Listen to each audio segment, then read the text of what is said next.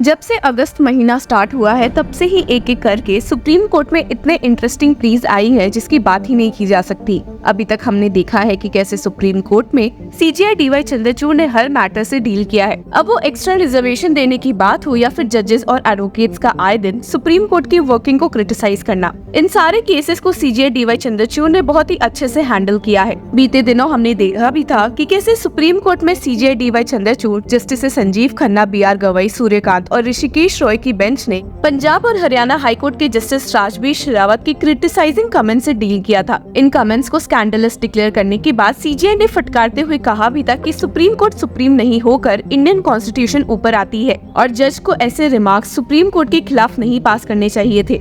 इस हियरिंग में सेंटर की ओर से मौजूद होते हुए अटॉर्नी जनरल और सॉलिसिटर जनरल दोनों ने सीजेआई को कहा था कि उन्हें हाईकोर्ट जज के खिलाफ कंटेम्प्ट एक्शन लेना चाहिए, पर इसके जवाब में सीजेआई ने स्टेट किया कि we will refrain from making any comments that might undermine the majesty of the high court as an institution. हालांकि एक इंटरव्यू के दौरान सीजेआई डीवाई चंद्रचूड़ ने जजेस से जुड़ी ऐसी बात बोली है जिसने वापस से कंट्रोवर्सी क्रिएट की है। और क्या है ये मामला, आगे देखते हैं।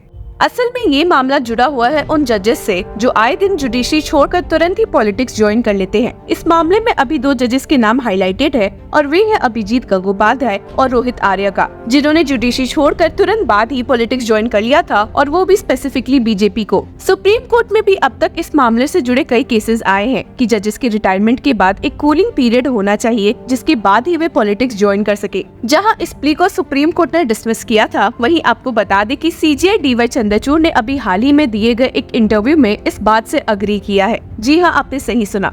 एक समय में सीजेआई डीवाई चंद्रचूड़ ने ये सवाल रखा था कि to what extent do you disable a person from becoming a जज by the virtue of the fact that they have at a certain point of time appeared for the politic cause. और वही उन्होंने अब कहा है कि उनके according एक कूलिंग ऑफ पीरियड होना चाहिए and had stated after retiring as a judge, one should take some time before joining politics. Even if one decides to join politics, there should be a sufficient gap. इसके पीछे का CJI DY Chandrachud ने ये reason दिया है कि अगर एक जज किसी पॉलिटिकल पार्टी को तुरंत ज्वाइन करता है तो उसके सारे फैसलों पर एक शक की निगाहें बैठ जाती है और कहीं न कहीं रिटायरमेंट या रेजिग्नेशन के बाद उनकी डिग्निटी हार्म होती है और इससे बचने के लिए एक कूलिंग पीरियड होना चाहिए। He stated, justice must not only be done but must also be seen to be done. If a judge retires today and joins a political party tomorrow, it could raise questions among the public. CJI से इस interview में एक सवाल ये भी पूछा गया था कि आए दिन जुडिशरी और यूनियन में झगड़े देखने को मिलते हैं और वे कैसे इससे डील करते हैं, जिसके जवाब में उन्होंने स्टेट किया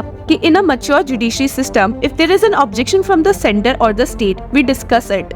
The administrative discussions with the government regarding the appointment of judges should not be broken. जब सुप्रीम कोर्ट समर वेकेशंस के लिए बंद भी हुई थी तो बहुत ही बैकलैश सह रही थी कि जजेस इतना सा काम करके ऑलमोस्ट 2 महीने की छुट्टी पर चले जाते हैं। पर इसको जस्टिफाई करते हुए सीजेआई डीवाई चंद्रचूड़ ने स्टेट किया था कि people think that a case is heard for 2 minutes and a decision is made. However, judges spend hours reading and preparing for cases. और वही हमने आपको वीडियो की शुरुआत में बताया भी था कि आए दिन सीजेआई ने एडवोकेट से भी अच्छे से डील किया है जब वे आए दिन सुप्रीम कोर्ट को क्रिटिसाइज करते हैं और उन्हें अपने फेवर में ऑर्डर्स देने के लिए फोर्स करते हैं। कुछ दिनों पहले महाराष्ट्र से जुड़े एक केस की सुनवाई चल रही थी। This case dealt with the petition of the Shiv Sena UBT against the Maharashtra Speaker's refusal to disqualify the MLAs of Eknath Shinde group. ये मामला सुप्रीम कोर्ट में टेकअप नहीं हुआ था, जिसके बाद सीजेआई डीवाई चंद्रचूड़ ने इसके लिए बाद की डेट दी थी और केस के लॉयर ने उनसे एक अर्ली डेट की मांग की थी। हालांकि रिपीटेड मांग के बाद सीजेआई भड़क गए थे और पलट जवाब देते हुए कहा था कि Why don't you come and sit here and tell the court master what dates you want? Ultimately, you see this is too much. You see the kind of pressure of work on the court's time. If you like, come and sit here. Please come and sit here. Sit for the day. I assure you, you will run for your life. सिर्फ यही नहीं बल्कि इस interview में CJI से एक सवाल ये भी पूछा गया कि भला हाई कोर्ट और सुप्रीम कोर्ट में लोकल लैंग्वेजेस में सुनवाई क्यों नहीं होती है,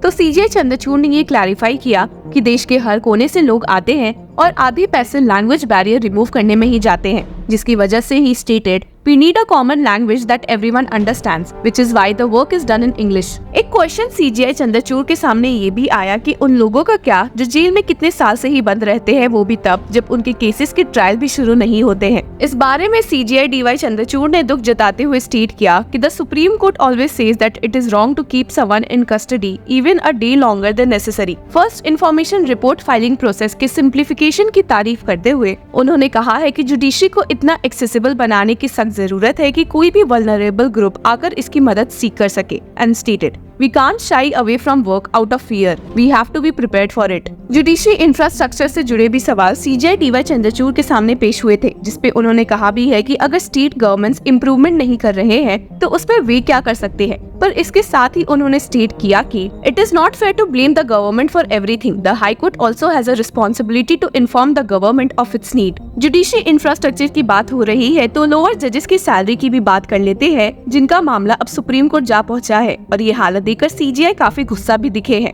सेंटर को इस केस में नोटिस इशू करने के साथ उन्होंने स्टेट किया है कि these are district judicial officers. There was a case in which a judicial officer was recommended for appointment to the High Court and she was told her tenure as a district judge will not be taken into account for pension. She was suffering from cancer. Please look into this. Now district judges are being told that they will be 96,000 per year, 8K per month as pension. These are the judges who come to High Court at 55 years of age. Now they spend their entire life in the district judiciary and they're being told pension not on the basis of this is something which needs to be looked at. These judges do not get any arbitration etc. also. सिर्फ यही नहीं बल्कि CGI D Y Chandrachud ने union को समझाया भी कि इतने ओल्ड एज में एक जज क्या ही करेगा and that please deal with judiciary in a different way and it is not that you become 60 years old and do something else. We are conscious of the financial implications in other segments but handle this differently. This is about the district judiciary you see. आपको बता दें कि इस case में CGI के अलावा justice जेबी पर्दीवाला और मनोज मिश्रा की बेंच मौजूद थी और वे ऑल इंडिया जजेस एसोसिएशन द्वारा फाइल्ड एक प्ली की सुनवाई कर रहे थे, जिसमें कि लोअर कोर्ट के जजेस की कम सैलरी और उससे कम पेंशन को हाईलाइट किया गया था। इस मामले में यूनियन की ओर से मौजूद होते हुए सॉलिसिटर जनरल तुषार मेहता ने स्टेट किया है कि वे जरूर इस मामले में एक जांच करेंगे। तो हमने देखा ही है कि हमारे सीजीआई कैसे आए दिन जुडिशरी के बेटरमेंट के लिए काम करते हैं। ऐसे आपने उनसे टेक्नोलॉजी के फेवर में बहुत बातें सुनी भी होगी, पर अपने इस इंटरव्यू में उन्होंने कहा भी है कि ज्यादा डिपेंडेंसी ऑन टेक्नोलॉजी सही नहीं है and that AI cannot replace the humanity a judge brings to the process. इसके साथ ही उन्होंने अपने खिलाफ बैकलैश एंड एवरीथिंग पर ये कमेंट किया है कि it is for society to comment on my tenure. I have served this institution to uphold constitutional values. अब आपकी इस बारे में क्या राय है हमारे साथ जरूर शेयर करें. Until then, keep following law चक्रा.